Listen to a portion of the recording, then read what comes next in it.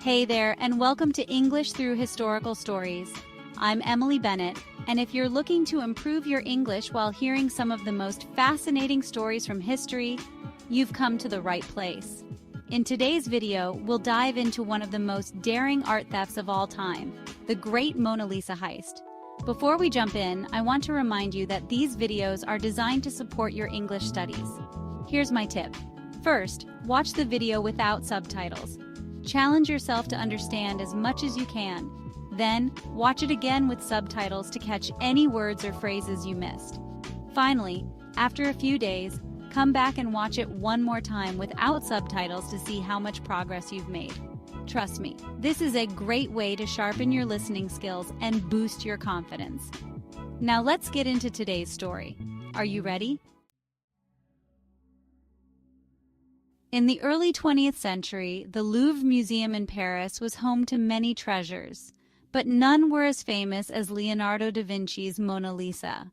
Known for her mysterious smile, the painting was admired by thousands of visitors every year. But in 1911, something unthinkable happened. The Mona Lisa vanished. It was a hot August morning, and the museum was closed to the public. Museum workers were busy cleaning and preparing the exhibits, unaware that the world's most famous painting was about to disappear. Among those workers was Vincenzo Peruggia, an Italian handyman who had once helped construct protective glass cases for the artwork. Dressed like any other employee in a white smock, Peruggia slipped into the museum unnoticed. He knew the layout of the museum well and had a plan. Peruggia walked straight up to the Mona Lisa, removed the painting from its frame, and hid it under his smock. Then, just as easily as he had entered, he walked out the door carrying the world's most iconic painting with him. No one saw him, and the painting was gone. Just like that. Now you might be wondering, how could someone steal the Mona Lisa from a heavily guarded museum like the Louvre? Well, at the time, security wasn't what it is today. No alarms, no cameras, just guards who didn't even realize the painting was missing until the next morning. When they did, it sent shockwaves around the world. The French police were baffled, and the museum was closed for a week. How could this masterpiece have simply vanished? Theories quickly spread. Could it have been an inside job?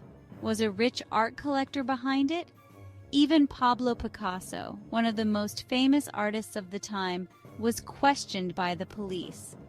But for 2 long years, the painting remained missing, and the authorities had no solid leads.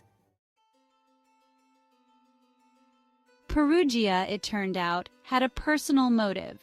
He believed that the Mona Lisa rightfully belonged in Italy, not France. So he decided to reclaim the painting for his homeland.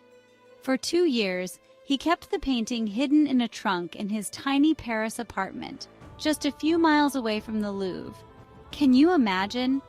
One of the most recognizable pieces of art in the world was stuffed in a small apartment, gathering dust. In 1913, Peruggia decided it was time to return the painting to Italy. He contacted an art dealer in Florence and tried to sell it. The dealer, however, grew suspicious and alerted the authorities. Peruggia's plan unraveled, and he was caught. The Mona Lisa was finally returned to the Louvre, safe and sound. But here's where the story gets even more interesting. Despite being a thief, Peruggia became something of a folk hero in Italy. Many Italians saw him as a patriot, someone who had tried to bring back what they believed was a national treasure. In fact, he only served a brief prison sentence, and when he was released, he faded into obscurity. The real twist, though, is what happened to the Mona Lisa after the heist. You see, before the theft, the painting was famous, yes, but mostly to art lovers and scholars. After the heist, though, it became a global sensation. Newspapers around the world reported on the daring theft, and people flocked to the Louvre just to see the empty space where the painting had once hung. The Mona Lisa became not just a masterpiece, but a symbol of mystery, intrigue, and fascination. But even now, over a century later, some mysteries remain. How did Peruggia manage to keep the painting hidden for so long? Did he have accomplices? And was he truly acting out of patriotic fervor, or did he have other motivations?